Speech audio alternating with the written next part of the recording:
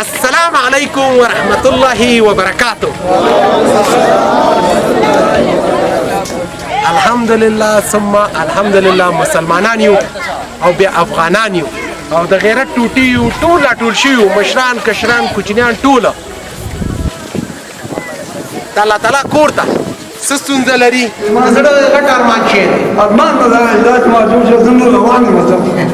او دې خلک منډونه کوي خیر سړی هغه دی د اوس په ویلې چې زما غټ ارمان دی چې حج ته لاړ شم عمرې ته لاړ شم کور والم موټر والم جایداد والم بلډینګ والم ښځه وکړم نور وکړم د هر څه پرېښود د الله کور دا اوس په دې ډار کې دی نن دی که سبا دی مرم په دغه جمعیت د زړه ارمان